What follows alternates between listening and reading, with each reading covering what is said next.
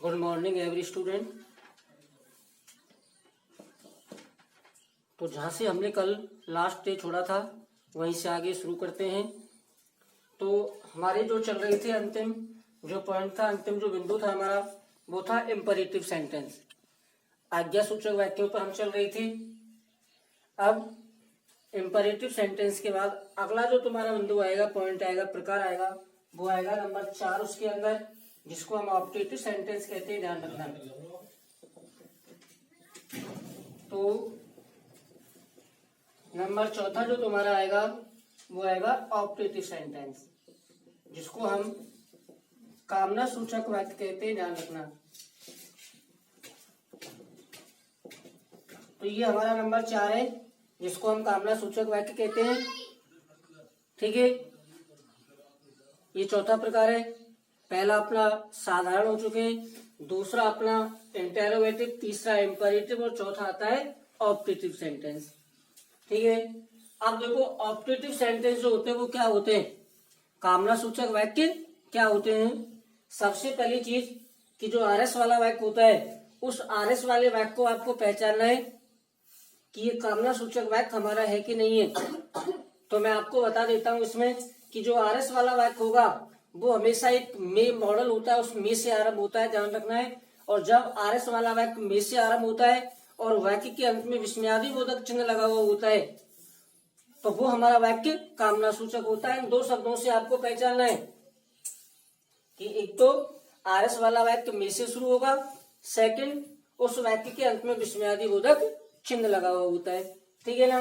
अब सबसे पहली चीज कि जो ऑप्टेटिव सेंटेंस होते हैं, कामना सूचक वाक्य होते हैं, कामना सूचक वाक्य की डेफिनेशन क्या होती है, उसकी परिभाषा क्या होती है। तो सबसे पहले यहाँ पे हम डेफिनेशन बता रहे हैं आपको। देखो कि इसकी डेफिनेशन क्या होती है कामना सूचक वाक्यों की। कैसे कह सकते हैं कि ये वाक्य हमारा ऑप्टेटिव है, कामना सूचक वाक्य है। देखिए, यदि आरएस वाले वाक्य में अब देखिए इच्छा, जिसको हम कहते हैं इंग्लिश में विश, ये ध्यान रखना है।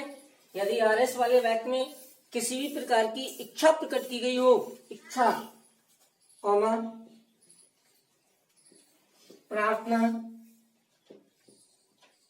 जिसको कहते हैं प्रे कॉमा आशीर्वाद,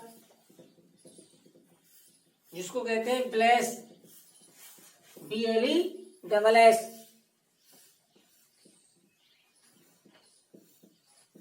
अभिशाप, जिसको कहते हैं हम कर्स।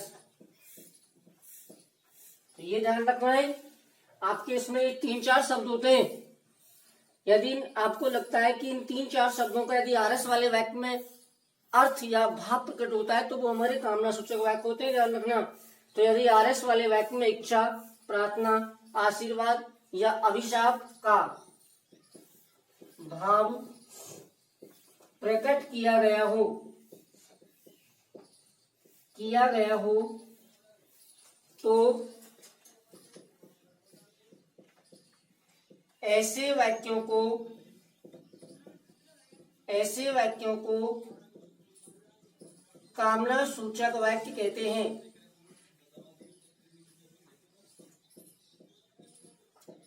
कामना सूचक वाक्य कहते हैं। तो ये इसकी डेफिनेशन है। ध्यान रखना है कि यदि हमारे आरएस वाले वाक्य में किसी भी प्रकार की कोई इच्छा या प्रार्थना, आशीर्वाद या अभिशाप का भाव प्रकट किया गया हो तो ध्यान रखना है वो हमारे वाक्य कामना सूचक वाक्य होते हैं। अब इसमें एक चीज ध्यान रखनी है, आगे चल के नेक्स्ट जब हम वाक्य को चेंज करेंगे, जब हम वाक्य को इनडायरेक्ट स्पीच में चेंज करेंगे तो आगे आपको क्या याद रखना है। देखिए कि जब भी हम, चाहे आरएस वाला वाक्य हमारे पास 3-4 शब्द हैं, विश भी है, प्रे भी है, ब्लेस भी है और कर्स भी है, लेकिन जब हम आगे चल के सैड या सैड टू को चेंज करेंगे तो मोस्टली अधिकांशतः जो सैड या सैड टू होता है उसे प्रे में चेंज करना है। क्यों? एक अकेला शब्द ही हमें क्यों उस सेड या सेड टू को चेंज करना है। देखो, क्योंकि चाहे किसी वाक्य में इच्छा प्रकट की गई हो, चाहे ब्लेस आशीर्वाद हो, चाहे तुम्हारा कर्ष हो, ये तीनों चीजें एक ऐसी चीज होती हैं कि तीनों ही चीजों में हमेशा हम प्रार्थना करते हैं। ध्यान रखना, चाहे कोई व्यक्ति दुखी होता है, चाहे कोई व्यक्ति खुश होता है, किसी भी स्थिति में हो, लेकिन फिर भी वो गॉड ईश्वर से क्या करता है, हमेशा प्रार्थना करता है। इसलिए यह एक ऐसा शब्द है जो लगभग सभी में काम आता है। इसलिए ध्यान रखना है कि जब भी हमारे आरएस वाले वाक्य में चाहे किसी का भी भाव प्रकट हो, हमें तो ये ध्यान रखना है, चाहे उसमें अभिशाप दिया गया हो, चाहे उसमें आशीर्वाद हो, चाहे इच्छा प्रकट की गई हो, लेकिन हमें ध्यान रखना है कि हमें सेड या सेड टू केवल प्रेम में ही चेंज करना है। ये ध्यान रखना आगे। तो ये हमारे कामना सूचक वाक्य की डेफिनेशन है, परिभाषा है। अब इसके बाद आएगी पहचान, कि उसको पहचानेंगे कैसे कि ये आरएस वाला वाक्य हमारा कामना सूचक है। तो यहाँ पे जो नेक्स्ट पॉइंट लिखेंगे वो आएगा आइडेंटिफाई, जिसको हम पहचान भी कहते हैं। तो आइडेंटिफाई, देखिए इसमें लिखना है कि कामना सूचक वाक्यों में, कामना सूचक वाक्यों में आरएस वाला वाक्य, कामना सूचक वाक्यों में आरएस वाला वाक्य हमेशा में, कोष्टक में लिखो मॉडल, ध्यान रखना है, मेक हमेशा एक मॉडल होता है। मॉडल में एक प्रकार की सहक्रिया होती है, अंडरस्टैंड, ध्यान रखना कि मेक एक मॉडल होता है जो एक सहक्रिया भी होती है। तो हमेशा में से आरंभ होता है और किसी शब्द से नहीं होगा आरंभ, में केवल में से आरंभ होगा। एवं वाक्य के अंत में, वाक्य के अंत में विस्मय आदि बोधक चिन्ह, एक डंडा उसकी इस तरह से एक बिंदी होती है, उसको बोलते हैं एक्सक्लेमेटरी मार्क्स इंग्लिश में, जिसको हम हिंदी में कहते हैं विस्मय आदि बोधक चिन्ह। ध्यान रखना, लगा हुआ होता है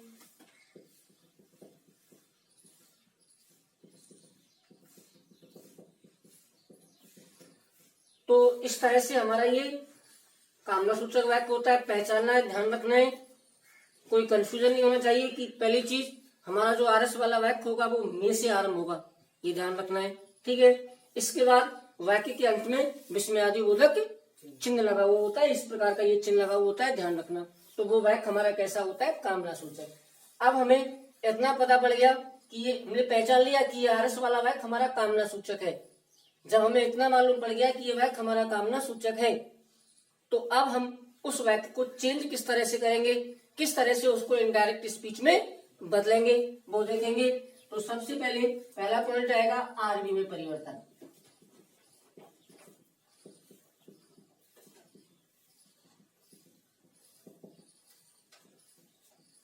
तो मैं अभी आपको बता चुका हूं कि आरएस वाले वाक्य में चाहे किसी भी शब्द का अर्थ प्रकट हो, लेकिन आपको हमेशा उस सेड या सेड टू को प्रार्थना में ही चेंज करना है, कि प्रेम में ही बदलना है, ध्यान रखना है। तो उसमें क्या लिखेंगे कि यदि आरएस वाले वाक्य में, वो सॉरी, यदि ठीक आरएस वाला वाक्य कामना सूचक है, यदि आरएस वाला वाक्य कामना सूचक है तो आरबी में आए सेड या सेड टू, आरबी में आए सेड या सेड टू को प्रेम, जो मैंने अभी आपको बताया, ध्यान रखना है। तो आरबी में आए सेड या सेड टू को प्रेम में बदल देते हैं।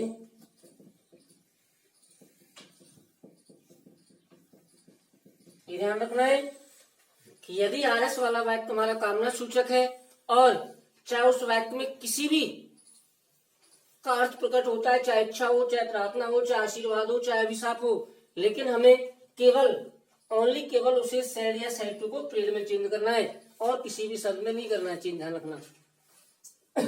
तो इस तरह से आरबी में हम सैड या सैड टू को चेंज करेंगे। अब इसके साथ नेक्स्ट पॉइंट आता है इसमें आरबी एवं आरएस को जोड़ना।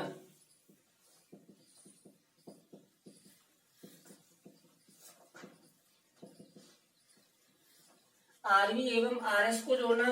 अब दोनों वाक्यों को कनेक्ट करेंगे। देखिए किस शब्द के द्वारा हम दोनों वाक्यों को जोड़ते हैं। तो इसमें लिखेंगे यदि आरएस वाला वाक्य कामना सूचक है,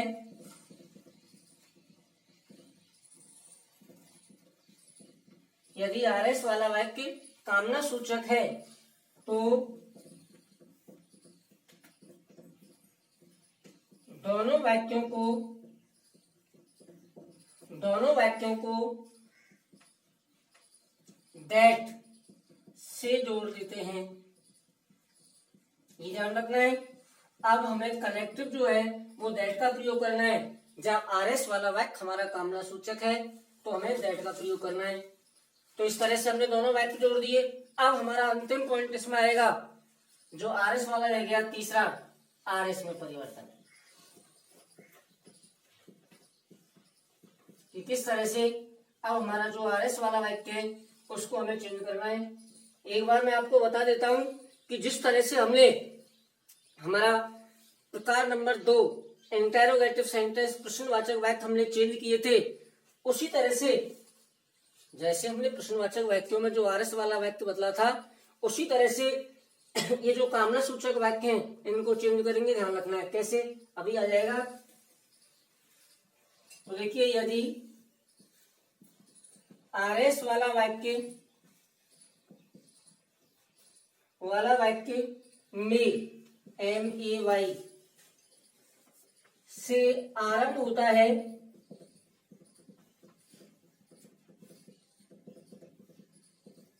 हमें पता ही है कि आरएस वाला वाक्य हमारा में से आरंभ होगा, इसमें ध्यान रखना है।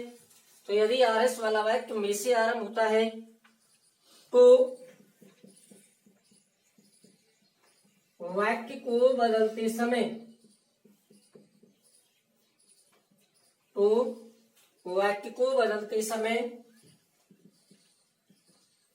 आप चेंज कर रहे हैं। ध्यान रखना है किस तरह से, पहले बता चुका हूं कि प्रश्नवाचक वाक्यों की तरह एचवी के बाद जो सब्जेक्ट है वो पहले आएगा, उसके बाद एचवी आती है। इसी तरह से इसमें मे के बाद जो कर्ता होगा वो पहले आएगा और मे उसके बाद आएगी। ध्यान रखना दोनों शब्द आगे पीछे हो जाएंगे, ठीक है। तो वाक्य को बदलते समय मे के बाद दिए गए सब्जेक्ट यानी कि कर्ता को पहले तथा उसके बाद मे को माइट, ये ध्यान रखना है, मे को माइट में बदल देंगे हम, तथा उसके बाद मे को माइट में बदलकर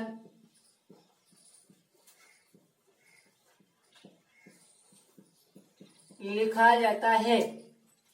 तो पहला काम तो आपको यही करना पड़ेगा कि हमारे वाक्य के आरएस वाले वाक्य के आरंभ में जो मे दिया हुआ है और उस मे के बाद जो सब्जेक्ट है करता है, तो क्या करना है कि उस मे के बाद जो करता है उसको पहले लिखेंगे और फिर जो मे है हमारा उस मे को माइट में बदलकर उस सब्जेक्ट के बाद लिख देते हैं। ध्यान रखना है। और क्या करना है, एवं वाक्य के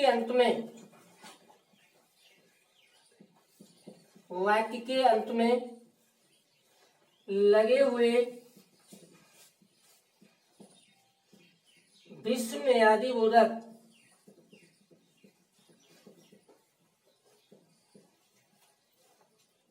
चिन्ह, विस्मयादि बोधक जो चिन्ह होता है तुम्हारा को हटा देते हैं। इस तरह से आपको चेंज करना है। ध्यान रखना है कि मैंने आपको बताया कि मे के बाद जो सब्जेक्ट है वो आएगा पहले, उसके बाद मे को माइट में बदल कर लिखेंगे, फिर वाक्य के अंत में जो विस्मयादि बोधक चिन्ह होगा उस विस्मयादि बोधक चिन्ह को हम हटा देते हैं। इस तरह से आपको जो ये कामना सूचक वाक्य होते हैं, इन कामना सूचक वाक्यों को आपको चेंज करना है। तो अब सबसे पहले जो हमने आपको बताया इसको एक बार नोट करेंगे सभी, और नोट करने के बाद फिर एग्जाम्पल देखेंगे।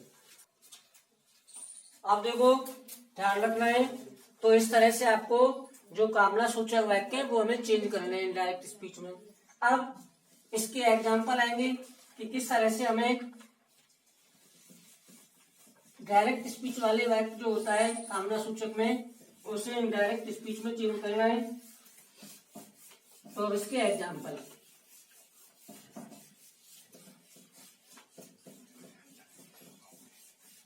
केवल इसके रूल्स याद रखना। ये दो तीन चीजें जो भी कि किस तरह से क्या लगाना है हमें, किसमें आर्मी में आई सैडिया सेटू को चेंज करना है, कनेक्टिव क्या लगाना है, और आरएस वाले वाक्य को किस तरह से चेंज करना है, और बाकी फिर नो प्रॉब्लम इसमें।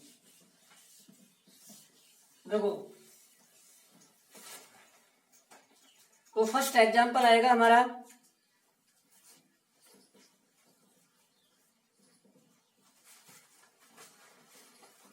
she said to you, comma inverted comma, she said to you, comma inverted comma, may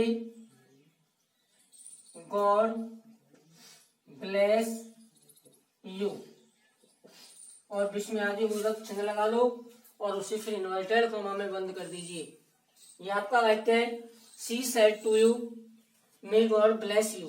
देखो, दो चीजें हमने आपको बताई थी क्या, कि एक तो आरएस वाला वाक्य आपका हमेशा मे से आरंभ होता है, ये आपका मे है, और इसके बाद वाक्य के अंत में जो विस्मयादि बोधक चिन्ह होता है वो लगा हुआ होता है।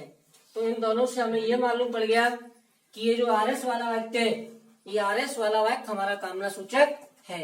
अब चेंज किस तरह से करेंगे, सेम उसी तरह से चेंज करना है जैसे हमने आपको जस्ट ए मिनट पहले कुछ बताया था किस तरह से इसको चेंज करना है। देखिए, तो सबसे पहले आगे वाले वाक्य को चेंज करना है सी। ध्यान रखना है, ये वाक्य कामना सूचक है, और आपको बताया अभी कि जब आरएस वाला वाक्य कामना सूचक होता है तो फिर हम सैड या सैड टू को प्रेड में चेंज कर देते हैं। इस शब्द को ध्यान रखो, प्रेड। तो सैड या सैड टू को हमने प्रेड में बदल दिया, कर्म बच गया हमारा यू। अब जब ये वाक्य हमारा कामना सूचक है तो फिर हमें जो दोनों वाक्य हैं उन दोनों वाक्यों को दैट से जोड़ देना है। कनेक्टिव हमारा दैट आ गया।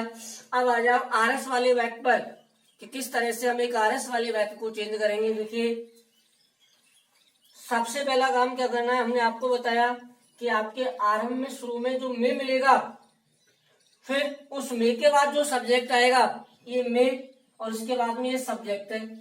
तो क्या करेंगे कि इस मे के बाद जो सब्जेक्ट है वो आएगा पहले और मे आएगा उसके बाद में। इस तरह से आपको क्रॉस मल्टीप्लिकेशन कर देना है कि इस मे के बाद जो सब्जेक्ट है वो पहले आएगा और मे उसके बाद में चला जाएगा, सेम प्रश्नवाचक की तरह। तो पहले गॉड को चेंज क्यों नहीं किया, थर्ड पर्सन है, ईश्वर एक व्यक्ति होता है, थर्ड पर्सन होता है, और थर्ड पर्सन को हम चेंज नहीं करते, ध्यान रखना। तो गॉड का गॉड आ गया, इसके बाद फिर मे आएगा, और अब हम मे को बदल देंगे माइट में, ये ध्यान रखना, मे को बदलना है माइट में। अब क्या बच गया, ब्लेस। ब्लेस की कोई सेकंड या थर्ड फॉर्म नहीं लिखनी हमें, क्यों, क्योंकि इतना भी ध्यान रखना है कि जो माइट है वो मॉडल होता है, और मॉडल के बाद हमेशा ही क्रिया की फर्स्ट फॉर्म आती है, अंडरस्टैंड रखना ध्यान। चाहे हमारा कैसा ही वाक्य को कुछ भी आ रहा है, लेकिन मॉडल के बाद हमेशा फर्स्ट फॉर्म आती है, इसलिए माइट मॉडल है, इसलिए ब्लेस जैसा है वैसा। क्या बच गया, यू। यू सेकंड पर्सन है, और सेकंड पर्सन को हम कर्म के अनुसार चेंज करते हैं। आगे वाले वाक्य में जो ऑब्जेक्ट होता है जैसे यू, तो इस यू के अनुसार चेंज करेंगे। अब ये यू कौन सा कारक है वो देखेंगे। ये हमारा कर्म कारक है, कर्म के स्थान पर है तो कर्म कारक है, और जब ये कर्म कारक है तो इसका भी कर्म कारक आएगा, और यू का कर्म कारक क्या होता है, यू होता है, ध्यान रखना। और अंत में जो विस्मयादि बोधक चिन्ह है उसको हम हटा देंगे। इस तरह से हमें इस वाक्य को चेंज करना है। तो ये हमारा पहला एग्जाम्पल था। इसमें ध्यान रखना है किस तरह से हम उस वाक्य को चेंज करते हैं। अब इसमें हम नेक्स्ट एग्जाम्पल लेंगे। दूसरा है हमारा उदाहरण नंबर 2। देखिए, Ram said to me, comma, inverted comma लगा के लिखेंगे दूसरा वाक्य। Ram said to me, may you give me a book, may you give me a book. ये हमारा वाक्य आरएस वाला वाक्य। आप देखो, अब जो आरएस वाला वाक्य उस यदि हम आरएस वाले वाक्य का अर्थ निकालते हैं तो अर्थ निकालने पर दो अर्थ निकलते हैं इसके। क्या कि मे यू गिव मी ये बुक, क्या तुम मुझे एक पुस्तक दे सकते हो। तो एक तो इसमें इच्छा प्रकट की जा रही है और एक किसी दूसरे व्यक्ति से प्रार्थना भी की जा रही है, ये ध्यान रखना है। लेकिन हमें तो बस एक चीज ध्यान रखो कि चाहे इसमें वाक्य में हमारे में कुछ भी अर्थ निकले, हमें तो केवल सेड या सेड टू को पीरियड में बदलना है। तो कैसे चेंज करेंगे, देखो, राम आपका सेड टू है, सेड टू को बदल देंगे अपन पीरियड में, क्योंकि वो वाक्य हमारा कामना सूचक है। अब आपका ऑब्जेक्ट बच गया मी, कनेक्ट, अब कनेक्टिव आएगा। दोनों वाक्यों को दैट से जोड़ेंगे, उस वाक्य को बिल्कुल सेम उसी तरह से बदल देंगे जैसे ऊपर वाला चेंज किया था हमने कि यू पहले में बाद में। तो पहले यू आएगा, सेकंड पर्सन है, सेकंड पर्सन को बदलेंगे कर्म से। अब यहाँ पे ये जो यू है वो कर्ता कारक है, ध्यान रखना, क्योंकि यहाँ पे कर्म के स्थान पर था तो कर्म कारक था, लेकिन अब ये यू कर्ता के स्थान पर है तो कर्ता कारक है। जब ये यू कर्ता कारक है तो इस मी का भी कर्ता कारक आएगा, और मी का कर्ता कारक होता है फिर आई। मी का हो जाएगा माइट, गिव, अब मी को बदल दो, मी हमारा फर्स्ट पर्सन है, इसको बदलेंगे कर्ता से, करता है राम, एक वचन पुल्लिंग है इसलिए इसको माना हमने ही। मी हमारा कर्म कारक है तो ही का कर्म कारक होगा हिम, और शेष बच गया ए बुक, और विस्मयादि बोधक चिन्ह को हटा देंगे। इस तरह से हमें ये वाक्य चेंज करने, ध्यान रखना। अब मैं अंत में लास्ट में एक वाक्य